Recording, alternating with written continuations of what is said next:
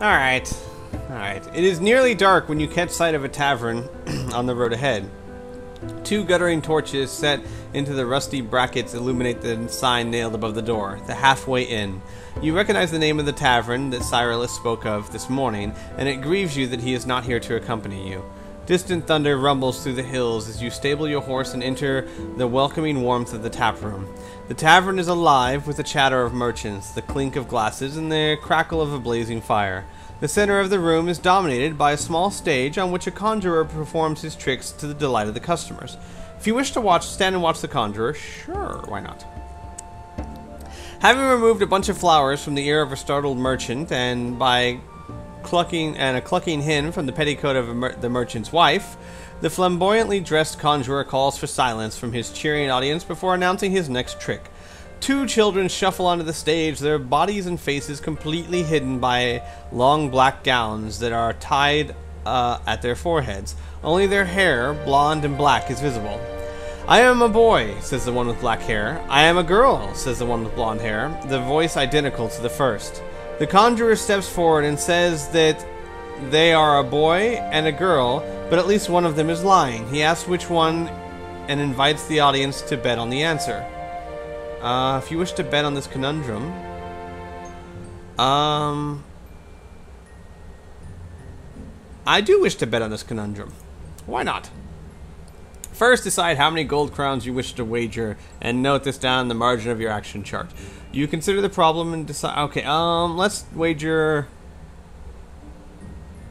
10 gold crowns. Sure, why not? 10 gold crowns. All right.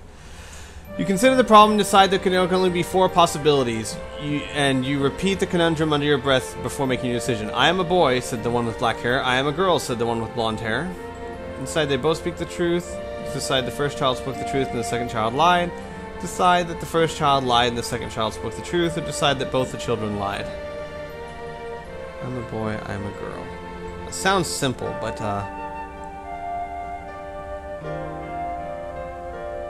and at least one of them lied? Then they both have to lie, right? A boy, a girl. They both have to have lied. So it's page 62. You are correct. Okay, so it was simple. I was just I was tricking myself out with the difficulty of it. Sometimes in Lone Wolf they have some really tough puzzles. This one wasn't one of them. The boy has blonde hair and the girl has black hair. Your logical thinking revealed that they could not both be speaking the truth, for the conjurer said that at least one of them was lying. If one was lying, the other could not have been speaking the truth. Therefore, there was only one conclusion to be drawn: both lied. The conjurer pays you the number of gold crowns equal to that you had wagered. Wow. If that's the extent of this conjurer's abilities, he must not have a lot of gold. Or the people in this town must be retarded. Alright, there we go. Got some more coin back. Fill our purse up. It's good to know, good to know. Alright, remember to add the sum to your gold crowns, approaching the bar and inquiring about the room for the night. Before approaching the bar and inquiring about a room for the night. Looks like you made it here just in time, says the cheerful innkeeper, pointing to her rain-streaked window pane. It's gonna be rough tonight, no mistaken. God, what is with me and Texas innkeepers? You know what? That's it. From now on, all innkeepers have a Texas accent. You discover that a room for the night costs 2 gold crowns plus 1 gold crown for your horse's keep. A meal of black bread and hard-boiled eggs will cost you another gold crown, unless you choose to eat a meal from your backpack. Sure, wow, so what? 4 gold crowns, huh? So we're down to 29 gold crowns. Alright, if you wish to pay the innkeeper for the night's lodging, turn to page 35. Alright, page 35. Thank you. Oh, character. Okay. You collect your key and climb the stairs to your room at the top of the tavern. You sleep deeply, and at dawn rise from your narrow bed to shiver in the fresh breeze whistling through the cracked window pane. As the harsh light of morning floods the tiny garret, you see to your dismay that your backpack lies half open on the floor. A gaping hole has been gnawed from the flap, the unmistakable handiwork of rats. Any meals you have in your backpack have been eaten or ruined. I don't have any meals, so suck it, rats. You had nothing to chew on. Alright, erase them from your action chart before leaving the tavern. Ha ha ha! The air is sweet with the smell of wet grass. The sun rises above the trees to the east, and the mist steams from the hills on either side of the highway. By noon, you reach the small village where brightly decorated cottages line a cobblestone square. A shrine with an enormous onion-shaped dome stands in the middle of the square, and in its shadow sits a group of old women. They are tending some shrubs with bright orange berries which grow in the shade. If you possess the Magna discipline of curing, I do. Alright, by the way, I have 6 health points restored, so let's switch this to 33. Alright. You recognize the orange berries of the Outler plant. They are much sought after by warriors and soldiers, for they increase both strength and skill during combat. If you wish to purchase some of these berries... Sure. A handful of Outler berries costs 3 gold crowns. If you swallow them before a fight, you will increase your combat skill by 2 points for the duration of the fight. You may purchase up to 3 handfuls of these. Each handful counts as 1 backpack item. You are not... but you cannot swallow more than 1 handful in any one combat. Oh man, let's look at my chart here. My chart. I am going to get rid of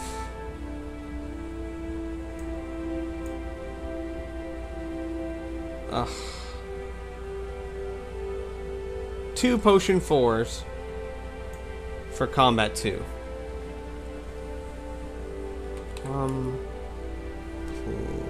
Plus 2. Because let's face it, folks, I have plenty of healing potions, and there are times when I could use the combat skill more. Plus 2. Alright, so I still have 2 potions of healing plus 6, another potion of healing plus 5, and a potion of healing plus 10. I think I will survive. And, I lose 6 gold crowns, so I'm down to 23. When you've concluded your purchases, remount your horse and leave the village. It is late afternoon when you catch your first breathtaking glimpse of Veretta. Built on a massive plateau, the city has stood since time immemorial. The walls and buildings are immense, constructed from blood-red rock and crowded together in complicated splendor. Great stone dragons writhe along the battlements, their coiled tails entangling the gatehouses and portals of the outer wall, and spirals of smoke rise from the mouths of the angry-faced gargoyles, crouching like spies on top of the roof and towers that fill the sky. And then we have a picture of a guard on top of the battlements with a dragon painted on the battlement, looking very splendid. The sun has set by the time you reach the east gate. The red-coated guards offer no challenge, and you pass into the wide streets of the magnificent city to arrive eventually at the quadrangle. A pillar of red stone indicates the names of the streets that lead away from the square. You have Helen Way, the coach course, the Flute Street, east along the street down which you have ridden. Well, none of them are Brass Street, so let's just keep on going down the road we're going. About 100 yards from the east gate through which you enter the city, you notice a brass plaque filled with polished brass spikes on top of an archway of the doorway. The sign reads, Guild of the City Criers. If you wish to dismount into the doorway, if you do not wish to enter, you can continue. Let's enter the doorway, why not? Beyond the doorway, a flight of narrow stone steps leads to a small room. Books line 2 of the walls from the floor to the ceiling, and another wall is filled with racks of scrolls, handbells, and parchments bound round the ribbons of green silk. Then, in the remaining wall, a door opens, and a tiny creature with unblinking crimson eyes bids you welcome. Instantly, you recognize the stunted features of a Clune. "Good evening, sir," it says in a strong voice. Good evening, sir. It says in a strong voice that belies its squat body. "Welcome to our guild house. How may we be of service?" If you wish to ask the Clune for directions to Brass Street, yeah, let's do that. I'm not gonna ask him about the lore stone of Veretta. Are you crazy? "Certainly, sir. We of the Guild of City Criers are only too pleased to be of service," says the Clune, waddling over to the bookshelves. He scampers to the top and removes a slim map from between the stacks of papers. before scuttling back down and depositing at your feet. "That'll be 5 gold crowns, sir," he says with a firm but polite tone. "Oh, fine." I'm not gonna have any money by the time this thing ends. 17. I only have 17 crowns left. I started with 50. God, I don't know how you get through this game if you only start off with like 10. Alright, I purchased it. In the dim glow of the street lantern, you unfold the map of Veretta and study the complicated network of roads and alleys. Mark this special item on your action chart. Brass Street is located on the far side of the city, close to the west wall. Suddenly a bell tolls, its dull clang echoing among the rooftops and towers. It is the curfew. Everyone must be off the streets within an hour. You'll never reach the far side of the city in an hour, so you resolve to find the tavern for the night and resume your quest at dawn. You ride between ranks of carved stone idols, whose mouths hold flickering torches which illuminate the broad avenue. Mercenaries of all races and nationalities pack the street, talking, boasting, or simply dozing in the shadows. At the end of the street, you arrive at a junction where a woman in filthy clothes sits nursing a crying child. As you pass, she holds out a grimy hand and begs for gold crowns to feed her hungry baby. Okay, fine. I give the poor woman some gold crowns. You're about to place the gold crown in the woman's hand when a man appears from nowhere and slaps her grubby palm with stubbled gauntlet and bellows, "Begone, you thieving hag!" The woman's eyes flash angrily and she nurses her bruised hand. If you wish to demand an explanation for his actions, yeah, I do. Don't be mean to the beggars. The man grasps the woman by her wrist and uncovers her arm cradled around her baby. Clasped between her fingers is a hat pin with which she pricks the baby's skin to make it cry. Oh my god, ouch. You'll be begging in the streets yourself before dawn if you be taken by the likes of her, he says. The woman pulls free from his grasp, curses, and disappears among the scruffy crowd of mercenaries wandering the street. "Who do you serve?" the man asks, his brutal face framed by a closely cropped red beard. "Or did you come in search of a captain, eh?" "If you wish to talk to this man, sure, why not? You just saved me a lot of gold." You learn the man's name is Redbeard, I guess that's fitting, and that he hails from Soren, a town to the west of Veretta. He is a sergeant at arms to a captain of mercenaries, and has recently returned from battle against the Magadorarians. He offers to take you to meet his captain, who he says is the best soldier he has ever had the good fortune to serve under. Do you wish to accept his offer? Sure, why not? Might as well go meet this captain. It's not like I got anything else to do tonight, and he might have like a place to stay, so why not? Redbeard takes you to the tavern that looks more like a banqueting hall than a city alehouse. The inn of the Crossed Swords is the largest and noisiest tavern you've ever seen. A constant flow of soldiers pours in and out of the cathedral-like doors, and the stable is large enough to house an entire armies of horses. And house an entire army's horses. You stable your horse and accompany Redbeard through the massive oak doors. "Ale for my friend!" he booms immediately. An inn girl hurries to obey the command. He points to a table across the hall and says in a cheerful voice, "There he is! Come and meet the captain!" Okay. The captain is an imposing man, tall, muscular, with a strong-jawed face, unmarked by battle or disease. His blonde hair is cropped close to his head, and likewise his beard and mustache are trimmed close to his tanned skin. You are invited to join his company, and as you drink your ale, you listen to their proud talk of war, of victories, of loot, of wages, but never of defeat. The captain and his men have grown tired of war in the north. Prince Janaval of Hilan is close to ruin, having sold all he owns to pay for a war against Baron Magaho of Karkastay that he cannot hope to win. The prince's troops are demoralized and his mercenaries desert him at the first opportunity. You learn that the captain is recruiting men for a campaign in the south. The war between Saloni and Solvia that has reached a boiling point, and there is much gold to be had in the service of the Salonese prince Irwin, whilst he besieges the city of Takaro. And we got a little picture of mercenaries here. A silhouette picture. You have the mien of a skillful warrior, the captain... I'm sorry, it's the captain, so I should say. You have the mien of a skillful warrior, says the captain, his steel blue eyes cold and unblinking. Why not join my company? I have need of fighters, and I pay with gold, not promises. We leave for Tekaro and dawn. Will you ride with us?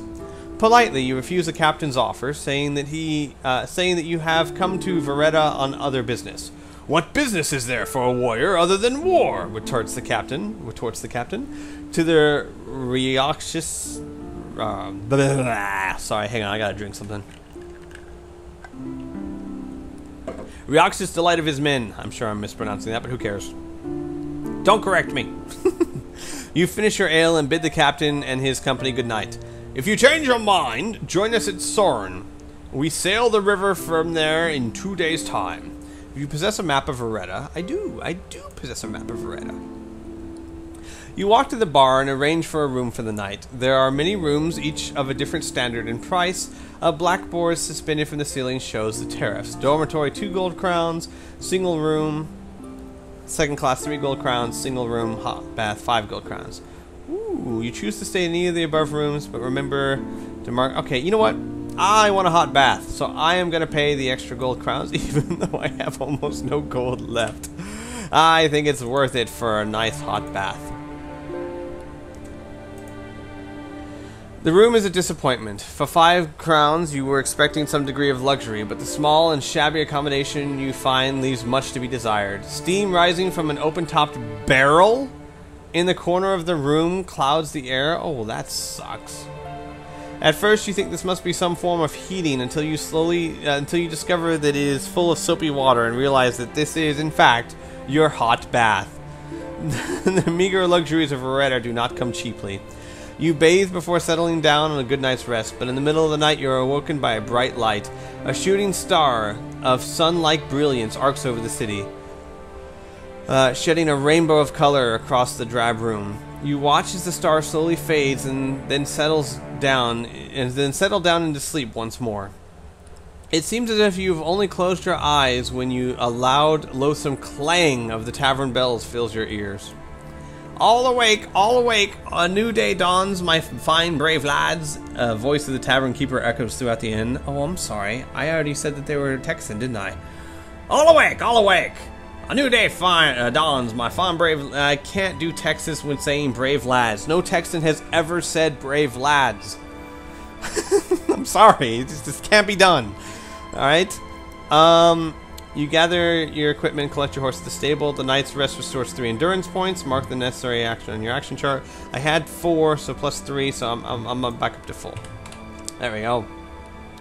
Turn to page 300. Okay, hang on a second. You ride west along the wide avenue of weathered red stone. You take in the early morning sights of the magnificent city. Window shutters slam open as variations awake to a new day and smell of breakfast and freshly ground jala waft from shop doorways. At the center of the city, you cross a square paved with crystal slabs and pass beneath an archway of polished green stone. Stately halls and public buildings give way to dust-worn shops and a park full of glistening flowers with huge leaves of red, gold, and pink. Beyond the park, a street paved with white gravel leads to a fortified tower, the tallest in the city. It is the Tower of the King and marks the entrance to Brass Street. Turning into Brass Street, the sound of the bubbling water and quiet chanting drifts towards you in the still air. Old men in brown robes, their heads covered by hoods, glide silently across the white graveled path. You ride under the archway and enter the enclosed courtyard of a grand building, a hall of learning. Suddenly, a tingle runs the length of your spine as you sense you are close to your goal. At the door of the hall, there is a sign that indicates the location of 3 chambers: the observatory, the library, and the temple. Gosh, I don't know. Why not the observatory? I like space. Hang on a second.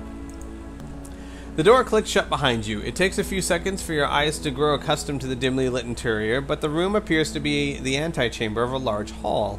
Following the faint sound of voices, you pass through an archway, along the corridor, and into the main hall. Gathered about a circular table, of gleaming steel, a group of elderly men are poring over books, star charts, and astral maps, engrossed in discussion. Globes of blue-white fire hang motionless in the air above them to illuminate their work. The old men do not see you until you are close to their steel table. Their reaction to your sudden appearance is astonishing. They look as though they have seen a ghost. There are yelps of shock and startled expressions. Sweat forms on their brows. The sight is too much for one old man, who swoons and faints, falling limply across his books and maps. Only one man remains calm and collected. This is a picture of the old man, and they have these surprised looks on their face, and the guy in the back, his face is just priceless. He's like, "Rrr!" It looks like, you know, like you just took away Scooby's Scooby snacks. If you have ever visited a hut on Raiders Road in previous Lone Wolf adventure, oh, it's talking about in book 4 when we found the hut of that old man that smelled bad and disappeared. I said was a Hellghast. So yes, we have been there. Instantly, you recognize the old man who stands before you, now calm and smiling. It is the same old man whom you encountered in a hut on the road to Ruronon some years ago. The same man who handed you a scroll that foretold the dangers of the Chasm of Doom. "Welcome, Lone Wolf," he says. "Once again the stars have dictated that our paths would cross. Calm yourselves, my brothers. It is he. It is the Kai Lord." Slowly, as the startled old men regain their composure, their shocked expressions change to ones of awe and reverence. "I am Gwaenyan." Hang on, let me try this. Gwaenyan. Gwaenyan? Okay, Gwaenyan. His name's Gwaenyan, everyone. I think it's actually Gwaenyan. Gwaenyan. Oh, that's such a hard name. I think it's like Gawain, like Sir Gawain, so I'm going to say Gwaenyan. Gwaenyan, says their leader. "We have been expecting your arrival." He points to the charts that cover the table and to a massive telescope that is fixed to a platform in the dome ceiling. "The stars divine the shape of things to come. They are our advisors. We know of your quest for the Lore Stone. Those damn stars have been talking. I told them not to talk. I mean, them words, the stars are going to have words later. That's all I'm saying. We know that it is the true quest that we pledge our help. But there are many of our brethren who fear its power. They choose to ignore the wisdom of the stars, and they have pledged themselves to a foolish and dangerous vow to keep hidden the location of the Lore Stone, and to kill all who seek it, for fear they would use it to their own ends." Suddenly his words are cut short by the beating of fists against the observatory door. Your horse has been discovered. "Give him to us!" shouts a chorus of angry voices. "We must leave quickly, or we must leave. Quickly, we must leave," says Gawain. As he ushers you into the smaller room, a hidden catch is pulled, and a secret panel opens to reveal a passage. As you follow the sage and his companions into the darkness, you hear the door of the observatory splinter and break. Really? Wow. Some strong scientists there. The passage leads to a vaulted cellar, as cold and as silent as the tomb. Gawain talks to his brothers, who then hurry off towards the distant portal. As they disappear into the dark, he returns to your side, his face somber but composed. "The Lore Stone of Vereda is hidden in the crypt of the Cathedral of Takaro. This key will unlock the tomb in which it lies." He produces a silver key from his sleeve and gives it to you. "My brothers will provide a swift horse for your journey. When the observatory clock strikes midnight, enter the portal and follow the passage to the end. It passes beneath the city wall, and your horse will be waiting where the passage comes to the surface. You are welcome to take any items you acquire from this cellar that may be of use to you on your quest. May the gods protect you, Lone Wolf." You nod your thanks and watch as Gawain disappears in the portal. This is not by far the last we'll be seeing of that man. Alright, the cellar is well stocked with provisions, and you find the following items that could be of use to your journey to Takaro: quarterstaff, meals, mace, brass whistle, rope, short sword. I'm not taking any of it. Well, I'll take the short sword. Yeah, why not? I'll take the short sword. Might as well have an extra weapon, just in case. Alright. Together with the silver key that Gawain gave you, you collect together all the items you wish to keep and settle down for the long wait till midnight. When the observatory clock strikes 12, you are poised and ready to enter the portal. You follow the dry stone passageway until you arrive at an iron door. It opens with a grating squeal, and a gust of damp, earthy air mixed with a strange sweetness billows out. Before you, a narrow stone stairway twists away into the darkness. You are forced to tread carefully on the green and slippery steps. At the bottom of the stairs, a rough-hewn tunnel disappears to the west. You press on and eventually arrive at another iron door. Gawain has kept his word, for beyond the door waits a fine liver chestnut mare, saddled and ready to ride. You are in a small corpse close to the highway junction. In the light of the moon, you can see a signpost that indicates two destinations, Armory and Soren. Consult the map before deciding which way to go. Oh, crap. Soren, I think, is where we need to go. Let's take a look at the map. The map! We need a bigger map. We need a much, much bigger map. There we go. Alright, we are at Veretta, which is right here. And we have Soren right here. And, okay, hang on. Where's Takaro's right here? Takaro's here. Soren's here. What was the other one? Soren's here. Armory. Oh, here's Veretta. Okay, here's Veretta. Here's Soren. Here's Armory. Here's Takaro. I'm going to go to Soren because the captain said to meet him there. You know, at the moment I'm not, planning to join up with the captain. But he's sailing on the river, and I'm thinking that I could also use the river to make my journey faster. So we're going to Soren. The night passes without sleep. The howling wind of the Veteration Plain is your only companion as you ride the long starlit moonlight highway to Soren. When dawn finally breaks, you find yourself on the outskirts of a small and undistinguished hamlet of half-timbered buildings, whose only unusual feature is a bronze statue of a roguish-looking young man that stands in front of the blacksmith shop. If you wish to examine the statue, sure, why not? The weather-worn plaque bolted to the base of the statue says that this is the true likeness of Vinar Jup, who led a band of robbers that preyed on travelers, especially merchants. His many crimes, including murder, did not prevent him from becoming popular, for he was resourceful and daring, and never plundered the inhabitants of his hamlet, where he was born. His exploits and those of a score of his gang were ended by the executioner's axe after a trial at Armory. There is a slit in the belly of the statue through which gold crowns can be dropped. The plaque goes on to say that anyone who pays homage to the statue of Vinar Jup will be protected by his spirit from robbers and highwaymen. If you wish to make a donation, place some gold crowns in the statue before leaving the hamlet. I don't have enough gold as it is, and I can protect myself from thieves. Thank you very much. Shortly before noon, you pass through a deserted village. The burnt-out ruins of cottages and farmsteads dot the landscape like charred skeletons, the unmistakable signs of war. A mile or two further along the highway, you come across a church. A man, his clothes ragged and covered with mud, is moving amongst the gravestones, staggering like a wounded Karen crow. As you reach the church gate, he sees you and cries out pitifully for help. If you have the Magnified Discipline of Curing, I do have that, actually. Alright. You notice that the man's clothes and hair are streaked with blood. Your initial instinct is to use your Magnified skill to heal his wounds, but as he reaches the church gate, you suddenly realize that he is not wounded at all. The red stains are berry juice. His injuries are fake!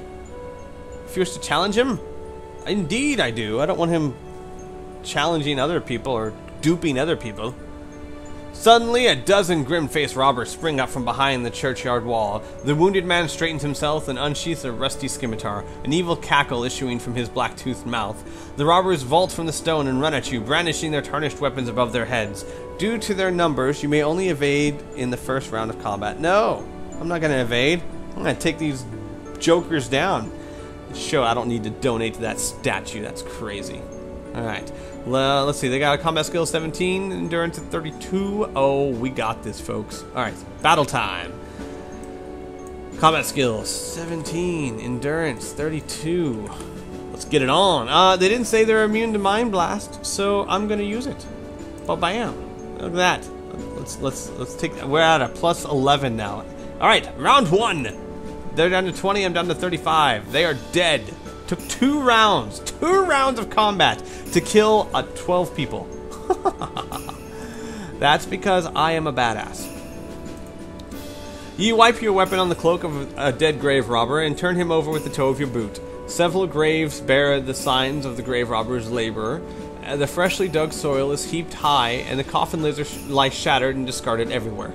The weapons these men used are old and pitted with rust and obviously acquired, like the rest of their booty, from the graves and tombs. A search of the bodies reveals 27 gold crowns, a bottle of wine, and a mirror. Oh, sweet! I need those, so 37, 38, 39. So I have 39 gold crowns again. Woo! Thank you kindly. Thank you for your patronage, grave robbers. You are tired after your long night's ride, but you know that you must press on if you are to reach the town Soren by nightfall. You come to a shallow stream which crosses the highway, and here you stop briefly at the ford to wash and rest. You must now also eat a meal. No, I don't. Beside the ford, and there's a signpost to the west. It says Soren 25 miles. Night has fallen by the time you reach the river town of Soren. The sky is clear and full of stars that sparkle with icy splendor. You ride the main street towards the quay, where a score of river ships lie docked at the town. Their signal lamps, shimmering red and green from the mast tops, reflect upon the cold, dark waters of the River Storm. A board standing outside the gangplank to a large transport caravel catches your eye. On it are chalked the prices of passage of 3 destinations. Luren, which is 10 gold crown, Rim, which is 15, and Ulia, which is 20. The 4th destination, Takaro, has been crossed out, scribbled beside. It is cancelled due to war. If you wish to buy a ticket to one of these locations, yes, I do.